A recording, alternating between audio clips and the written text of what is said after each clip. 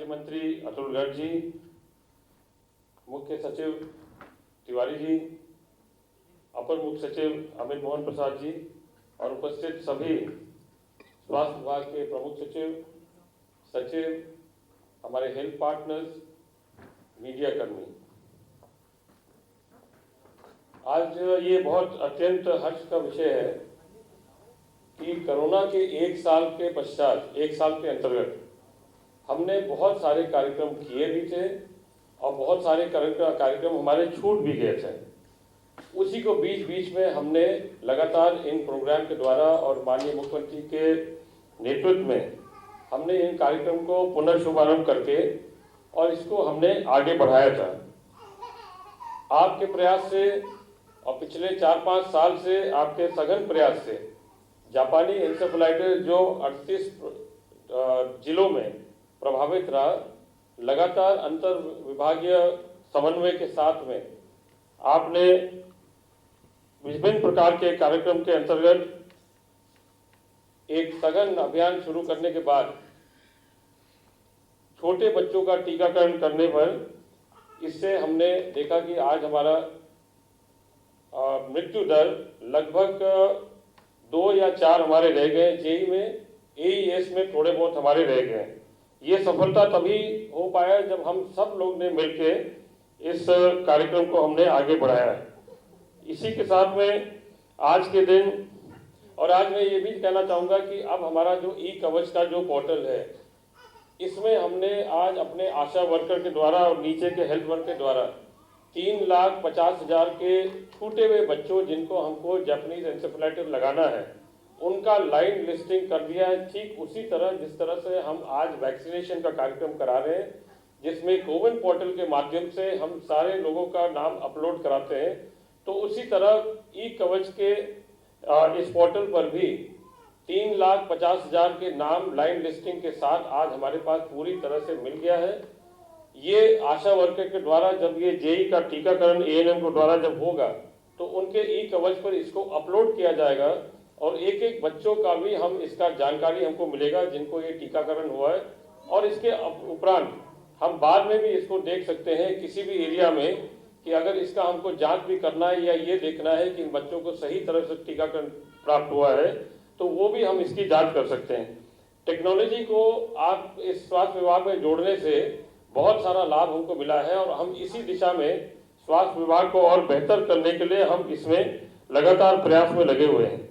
इसी के साथ में आज आपका मिशन इंद्रधनुष, ये भी एक कार्यक्रम जो लगातार हर समय चलते रहता है, इसको भी आज हम शुरुआत कर रहे हैं। और इसी के साथ खुशहाल परिवार दिवस जो 21 तारीख को हम लोग ने पिछले बार भी शुरू किया था और 21 तारीख को हम इसको लगातार हर अपने पीएचसी पर और सीएचसी पर इसको हम काम कराते हैं। इसमें एक प्रकार का सलाह नव दंपतियों को, उनको एक बास्केट ऑफ चॉइसेस के तमाम परिवार नियोजन के अस्थायी और अस्थायी विधियों के बारे में उनको जानकारी देना और उनका एक काउंसलिंग करना, जिससे उनको अपने परिवार के नियोजन के बारे में, अपने बच्चों को किस तरह से कितने बच्चे करना, उतने तक उनको सीमित करने के लिए एक हम उनको एडवाइस भी देते हैं। तो इस तरह करके ये तीनों कार्यक्रम जो आज कर रहे हैं और इसके पहले जितने भी कार्यक्रम हमने किए हैं, ये सब मिला के आज उत्तर प्रदेश में मुझे लगता है कि हम सभी लोग ने मिलके बहुत अच्छा कार्यक्रम और बहुत अच्छे ये राष्ट्रीय हेल्थ कार्यक्रम जितने भी हमारे हैं, इनको हम सुनिश्चित करते हैं। मैं एक बार और कहना चाहूँगा कि पहले भारत में सबसे ज़्यादा आपके पोलियो के केसेस होते थे, जो 60% केसेस भारत में ही होते थे। जब हमने पोलियो ड्रॉप का सुनिश्चित किया और उसका कार्यक्रम बनाया, तो पूरे भारतवर्ष में एक ही दिन में, एक ही घंटे के अंदर, पूरे दिन के अंदर एक बहुत बड़ा अभियान करके हमने जब पोलियो ड्रॉप शुरू किया, उसी के बाद से हमारे सारे कार्यक्रम उसके धीरे धीरे करके हमने उसको संचालित करना शुरू किया। आज पोलियो ड्रॉप का सफलता हम सभी लोग जानते हैं। अब उसके बाद आपका जापानीज एन्सेफेलाइटिस जो एक बहुत बड़ा अभिशाप था यहाँ पर उत्तर प्रदेश में, उसकी सफलता हम जानते हैं। और इसी तरह इंद्रधनुष के जितने भी कार्यक्रम हैं और अब टेक्नोलॉजी से जोड़ते हुए ई कवच और हमारे परिवार नियोजन, प्रधानमंत्री मातृ सुरक्षित मातृ योजना के अंतर्गत ऐसे बहुत सारे कार्यक्रम हमारे हैं जो हम टेक्नोलॉजी से जोड़ के इनको आगे बढ़ा रहे हैं। कोरोना काल में आप सभी लोग के सहयोग से आपने देखा भी था कि एक एक चीज आज हम लोग ने लगभग सभी परिवारों में इनका जांच करके और उसको हमने पूरा सुनिश्चित किया कॉन्टैक्ट ट्रेसिंग के साथ कि न्यूनतम स्तर का हमने इस 11-12 महीना के अंदर आज हमारे संख्या भी हमारा लगभग 2300 करीब एक्टिव पेशेंट्स है और लगभग सभी हमारा एकदम ठीक भी चल रहा है। कोविड वैक्सीनेशन भी आपका ठीक चल रहा है। चिंता के विषय जरूर है मुख्यमंत्री जी कि अभी 4-5 प्रदेशों में कुछ बातें आई है कि जहां पर कोविड केसेस बढ़े हैं, पर हम भी अपने तरफ से अपने टीम के साथ आपको आश्वस्त करना चाहते हैं कि हमारी टीम भी पूरी तरह सतर्क है। उतना ही हम कोविड की टेस्टिंग 1,20,000 25,000 तक कर भी रहे हैं, कॉन्टैक्ट ट्रेसिंग भी कर रहे हैं और ये और समय समय पर फोकस टेस्टिंग भी हम लगातार कर रहे हैं ताकि हमारे यहाँ किसी प्रकार का कोविड का केसेस निकलेंगे तो तत्काल हम उसको ध्यान में रखेंगे और उसका उपचार करेंगे। यही बातें कह के मैं अपनी बातें समाप्त करता हूँ। बहुत बहुत धन्यवाद। बहुत बहुत धन्यवाद माननीय। समाज का कोई भी व्यक्ति किसी भी वर्ग या जाति का क्यों न हो, सभी के अच्छे स्वास्थ्य एवं उसके जीवन की खुशहाली के प्रति प्रदेश सरकार प्रतिबद्ध है, कटिबद्ध है, वचनबद्ध है। तो आइए देखते हैं ये डॉक्यूमेंट्री जिसे स्वास्थ्य विभाग ने तैयार किया है।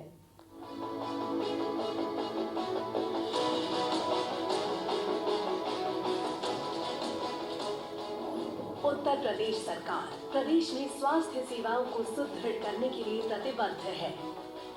कोविड की चुनौतीपूर्ण समय में माननीय मुख्यमंत्री श्री योगी आदित्यनाथ जी के कुशल नेतृत्व में उत्तर प्रदेश सरकार द्वारा बड़े पैमाने पर स्वास्थ्य इकाइयों का सुदृढ़ीकरण कर कोविड अस्पताल एवं टेस्टिंग लैब तैयार किए गए हैं। साथ ही व्यापक प्रचार प्रसार किया गया। इन प्रयासों के परिणाम स्वरूप उत्तर प्रदेश में जनसंख्या की तुलना में बहुत कम कोविड संक्रमित मामले पाए गए। इस दौरान उच्च रिकवरी रेट एवं न्यूनतम मृत्यु दर को सतत रूप से सुनिश्चित किया गया। अभी भी संक्रमण की रोकथाम, टेस्टिंग और उपचार के प्रयास अनवरत जारी है। इसी बीच भारत सरकार के प्रयासों से उपलब्ध कोविड वैक्सीन द्वारा प्रथम चरण में 10 लाख से अधिक स्वास्थ्य कर्मियों एवं फ्रंटलाइन वर्कर्स को प्रथम डोज और 1 लाख से अधिक को दूसरा डोज देकर वैक्सीनेट किया जा चुका है। आगे के चरणों का क्रियान्वयन भी इसी प्रकार योजनाबद्ध तरीके से किया जाना प्रस्तावित है। कभी पूर्वांचल में अभिशाप माने जाने वाले दिमागी बुखार और उससे होने वाली मृत्यु में भी अपने कार्यकाल में उत्तर प्रदेश सरकार के सतत प्रयासों द्वारा कमी आई है। इस हेतु चरणबद्ध तरीके से दस्तक अभियान एवं संचारी रोग नियंत्रण पखवाड़ा सफलतापूर्वक संचालित किया गया, जिसमें माननीय मुख्यमंत्री जी के नेतृत्व एवं स्वास्थ्य विभाग के दिशा निर्देशन में 11 विभिन्न विभागों का अभूतपूर्व समन्वय और सहयोग प्राप्त हुआ। प्रदेश के चिन्हित 38 जनपदों में जेई टीकाकरण से छूटे हुए बच्चों हेतु जेई विशेष टीकाकरण अभियान दिनांक 21 फरवरी 2021 से चलाया जा रहा है। इस हेतु सरकार द्वारा जेई टीकाकरण हेतु छोटे बच्चों का सर्वे एवं ट्रैकिंग के लिए ई कवच एप्लीकेशन को विकसित किया गया है। उत्तर प्रदेश में मीजल्स रूबेला टीकाकरण अभियान की सफलता के पश्चात नई वैक्सीन जैसे पीसीवी और रोटा वायरस वैक्सीन को नियमित टीकाकरण में शामिल किया गया। टीकाकरण को सुदृढ़ बनाने के लिए 37 जनपदों में सघन मिशन इंद्रधनुष कार्यक्रम दिनांक 23 फरवरी 2021 से प्रारंभ किया जा रहा है, जिसमें छोटे बच्चों एवं गर्भवती महिलाओं का टीकाकरण करना सुनिश्चित किया गया है। स्वस्थ उत्तर प्रदेश के संकल्प को आगे ले जाने के लिए माननीय मुख्यमंत्री श्री योगी आदित्यनाथ जी द्वारा गत वर्ष मुख्यमंत्री आरोग्य मेला एवं खुशहाल परिवार का शुभारंभ किया गया। मुख्यमंत्री आरोग्य मेला के माध्यम से प्रत्येक रविवार को समस्त शहरी एवं ग्रामीण स्वास्थ्य केंद्रों पर स्वास्थ्य मेला लगाकर जांच, उपचार एवं संदर्भन की व्यवस्था करवाई जा रही है। साथ ही खुशहाल परिवार के अंतर्गत प्रत्येक माह की 21 तारीख को परिवार नियोजन से संबंधित जानकारी एवं सेवाएं उपलब्ध करवाई जा रही हैं। माननीय मुख्यमंत्री श्री योगी आदित्यनाथ जी के इन प्रयासों से उत्तर प्रदेश में स्वास्थ्य सेवाएं नई ऊंचाइयों को प्राप्त करने की ओर अग्रसर हैं।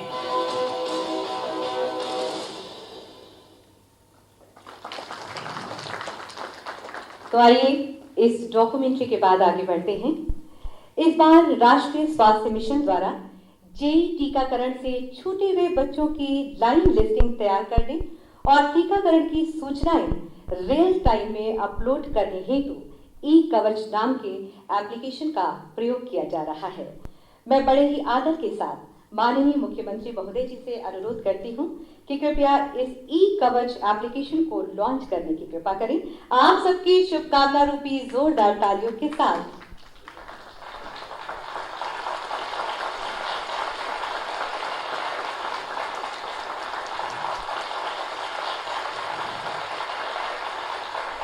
बहुत बहुत धन्यवाद माननीय। आगे बढ़ते हैं। तो प्रत्येक माह की 21 तारीख को परिवार नियोजन सेवाओं को मुहिम के तौर पर मनाए जाने हेतु खुशहाल परिवार दिवस के रूप में मनाया जाता है। इसी क्रम में मैं माननीय मुख्यमंत्री महोदय जी से अनुरोध करती हूं कि कृपया नव दंपतियों को उपहार स्वरूप शगुन किट भेंट करने की कृपा करें। शुभकामना रूपी तालियों के साथ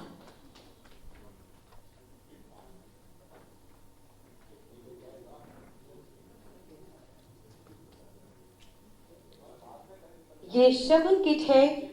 नव दंपति को उपहार स्वरूप भेंट किया जा रहा है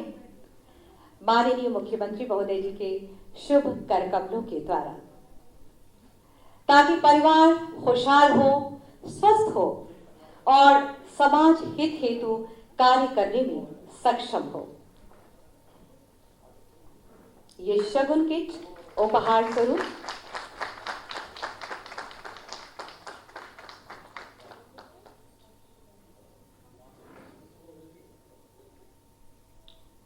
खुशहाल परिवार की बेहतरी के लिए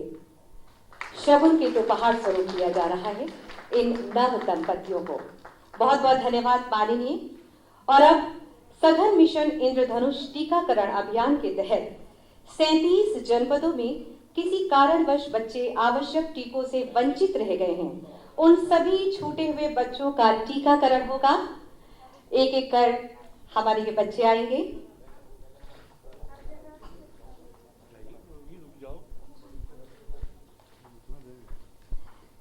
जैसा कि मुझे आदेश हुआ है, तो मैं सर्वप्रथम हमारे बीच पधारे, जिन्हें अपने बीच पाकर हम हमेशा गौरवान्वित होते हैं, हमारे प्रदेश के यशस्वी ऊर्जावान माननीय मुख्यमंत्री श्रीमान योगी आदित्यनाथ जी से निवेदन कि अपने आशीर्वाद वचनों से हम सभी को अनुग्रहित करने की कृपा करें। जोरदार तालियों के साथ।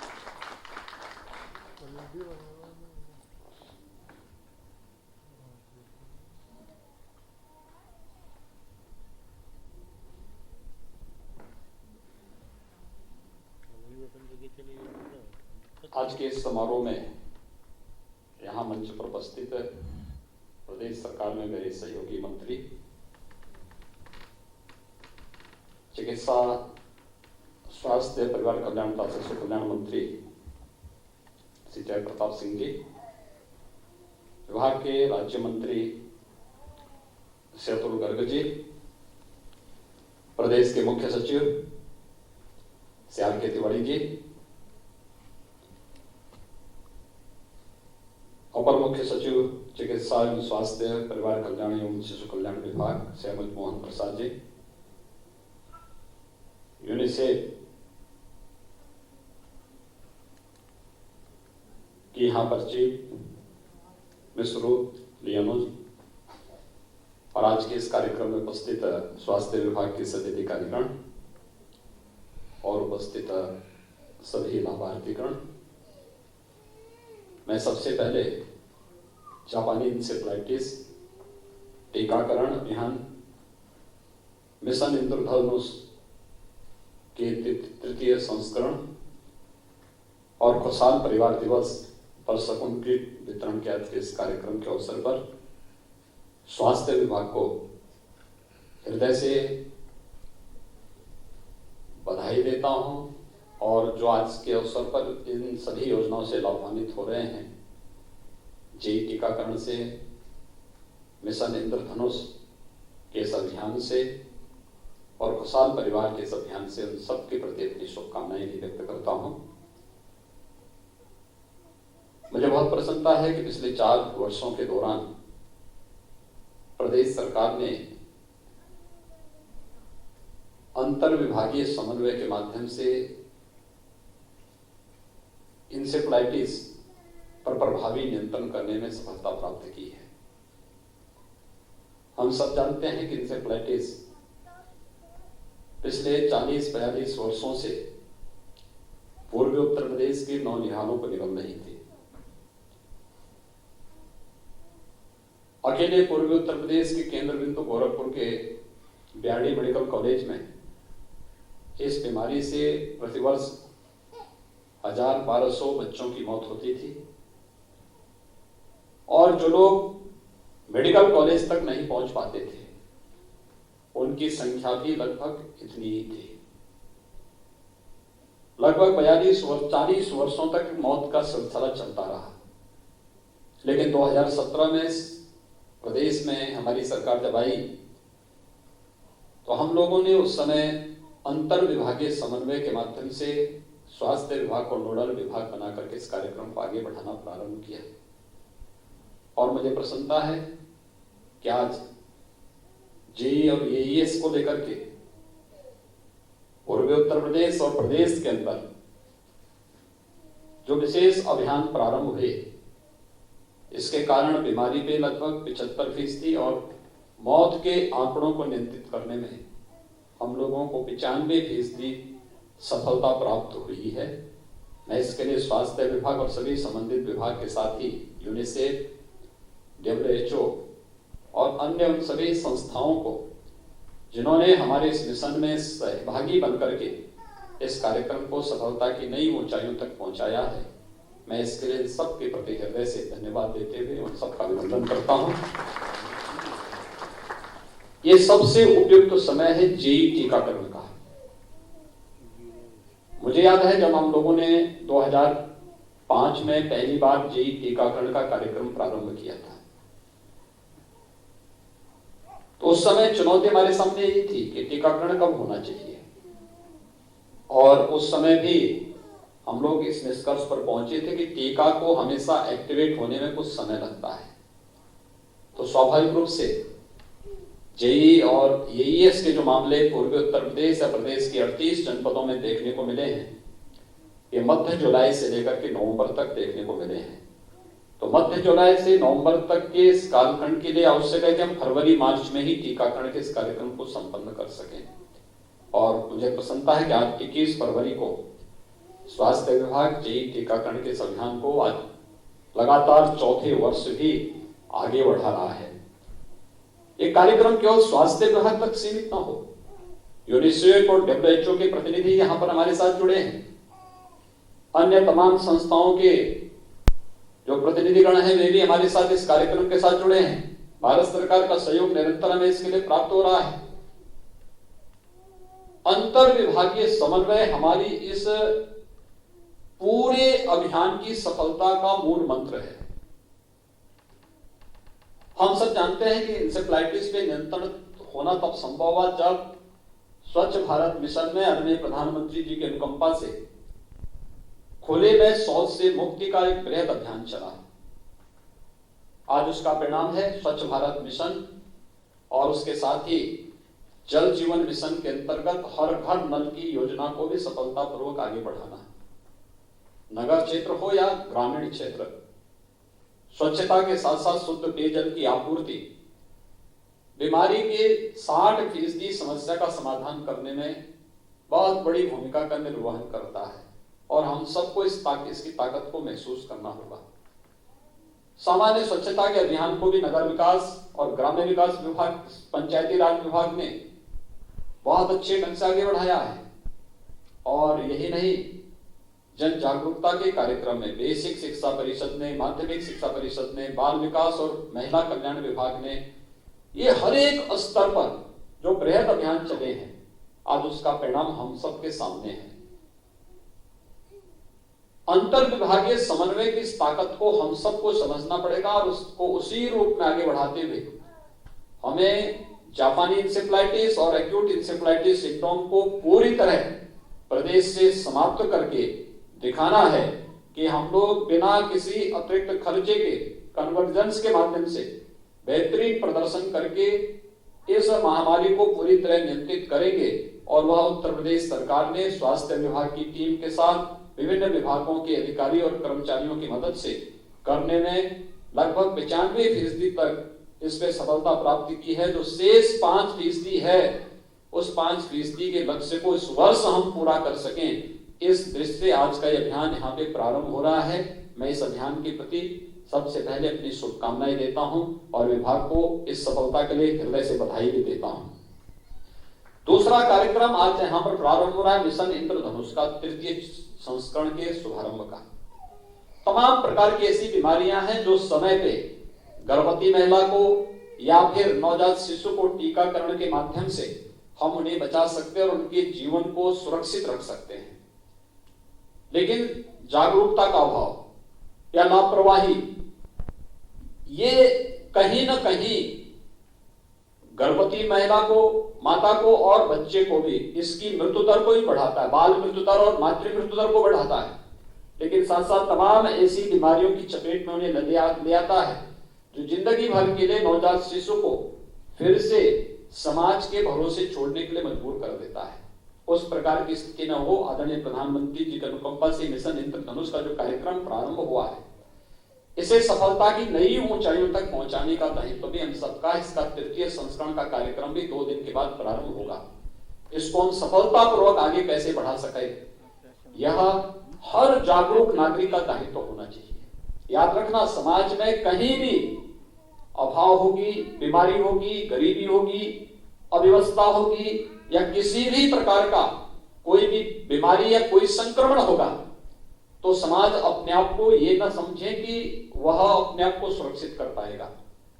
जहां कहीं भी इस प्रकार की स्थितियां होंगी, उन सब के खिलाफ हमारा अभियान एक सामूहिक रूप से आगे बढ़ना चाहिए। और मैं तो आह्वान करूंगा स्वास्थ्य विभाग के साथ साथ महिला और बाल विकास विभाग को इसके साथ जुड़ करके सामूहिक रूप से इस कार्यक्रम को आगे बढ़ाना चाहिए। ये अंतर विभागीय समन्वय की ताकत को हम लोगों ने जेई और एएस के खिलाफ चले हुए अभियान के साथ देखा है और इस कार्यक्रम को भी उसी के साथ हम जोड़ करके देखेंगे तो उसके बेहतर परिणाम सामने आ सकते हैं। इस दिशा में यह एक प्रयास हमारा प्रारंभ होना चाहिए। तो तीसरा, तकनीक का उपयोग करके। आपने देखा होगा, अगर तकनीक नहीं होती तो वैश्विक महामारी कोरोना के खिलाफ हम लोग पिछड़ गए होते। यह महामारी व्यापक जनधन की हानि का कारण बनती, लेकिन हम लोगों ने चूंकि जापानी इंसेफ्लाइटिस और एक्यूट इंसेफ्लाइटिस सिंड्रोम के खिलाफ एक टीम वर्क का प्रदर्शन करते हुए इस पर प्रभावी नियंत्रण किया था, तो उसका परिणाम था कि हमने कोविड के खिलाफ भी उस टीम वर्क का प्रदर्शन किया। लॉकडाउन के तत्काल बाद हम लोगों ने टीम 11 का गठन किया, अलग अलग टीम को अलग अलग कार्य दिए गए और एक बेहतर समन्वय शासन स्तर पर यहां पर होता रहा और अंततः उसका परिणाम क्या रहा कि हम लोग एक एक उस पर विजय प्राप्त करते गए और अंततः 24 करोड़ की आबादी के प्रदेश में हमने बेहतर प्रदर्शन करके देश और दुनिया के सामने साबित किया कि महत्वपूर्ण ये नहीं कि हमारी हेल्थ इंफ्रास्ट्रक्चर कैसा है, महत्वपूर्ण ये कि अगर हमारे पास सामूहिक रूप से कार्य करने की इच्छा शक्ति है और रोग ही नहीं बल्कि किसी भी प्रकार के संक्रमण पर प्रभावी नियंत्रण करने के लिए अगर हम सब मिलकर के एक साथ प्रयास करते हैं तो सामूहिक प्रयास की अपनी एक ताकत होती है और ताकत कोविड-19 के खिलाफ चले हुए अभियान के साथ हम सब ने देखा है। तकनीक का उसमें बहुत बड़ा रोल था। आपने देखा होगा जब तमाम प्रकार के ऐप उस दौरान विकसित किए गए और उसके माध्यम से समय पे सूचना देना, कोई व्यक्ति अगर किसी कोरोना पॉजिटिव के संपर्क में आया है तो वह जहां कहीं जाता था तो पहले से अलर्ट जारी होने लगता था। टेक्नोलॉजी की ताकत थी और उस टेक्नोलॉजी की ताकत को आज हम सबको महसूस करना पड़ेगा। आज ई कवच के नाम पर जो एक ऐप यहाँ पर आप जो लॉन्च किया जा रहा है, जो आगे बढ़ाया जा रहा है, यह इसी तकनीक के माध्यम से ऐसे बच्चों को चिन्हित करना और फिर उस अभियान के माध्यम से टीकाकरण के इस अभियान को प्रभावी ढंग से आगे बढ़ाने में मदद करेगी। चाहे वो जापानी इंसेफ्लाइटिस हो या फिर एक्यूट इंसेफ्लाइटिस के खिलाफ भी एक अभियान जो स्वच्छता और अन्य कार्यक्रमों के माध्यम से प्रारंभ होना है, हम तकनीक का बेहतर उपयोग करके इसे आगे बढ़ा सकते हैं। और मुझे लगता है कि इस समय आत्मनिर्भर स्वास्थ्य, प्रधानमंत्री आत्मनिर्भर स्वास्थ्य योजना के अंतर्गत भारत सरकार प्रत्येक क्षेत्र को स्वास्थ्य के क्षेत्र में आत्मनिर्भर बनाने के जिस बृहद कार्यक्रम को आगे बढ़ा रही है, हमारा प्रयास होना चाहिए कि तकनीक का उपयोग करते हुए उन एस्पिरेशनल डिस्ट्रिक्ट में या दूर दराज के जनपदों में जहां पर अभी तक स्वास्थ्य विशेषज्ञ नहीं पहुंच पाए हैं,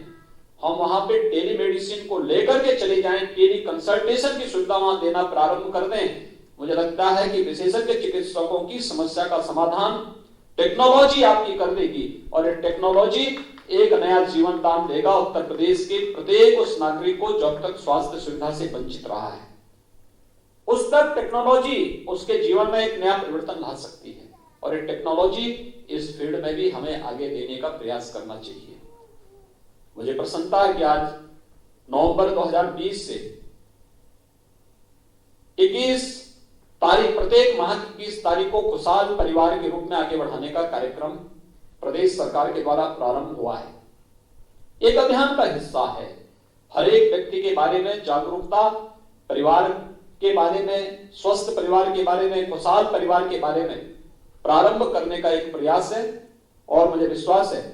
कि प्रदेश सरकार के द्वारा चलाई गई अलग अलग योजनाएं न केवल स्वास्थ्य के प्रति बल्कि एक स्वस्थ और खुशहाल परिवार के प्रति भी प्रत्येक नागरिक को जागरूक करके उसे आगे बढ़ाने का कार्य करेगा। एक बार फिर से इंसेफ्लाइटिस के खिलाफ, जापानी इंसेफ्लाइटिस के जेई टीकाकरण के इस अभियान को, मिशन इंद्रधनुष के तृतीय संस्करण को आगे बढ़ाने के साथ ही ई कवच और खुशहाल परिवार के इस पूरे अभियान के प्रति मैं विभाग को हृदय से अपनी शुभकामनाएं देता हूं, विश्वास व्यक्त करता हूं कि अभियान पूरे प्रदेश के अंदर पूरी प्रतिबद्धता, पूरी ईमानदारी के साथ उन तिथियों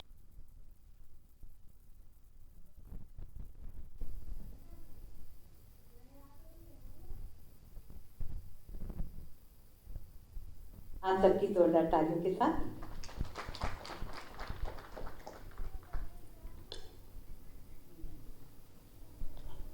परम आदरणीय मुख्यमंत्री जी, आदरणीय स्वास्थ्य मंत्री जी, आदरणीय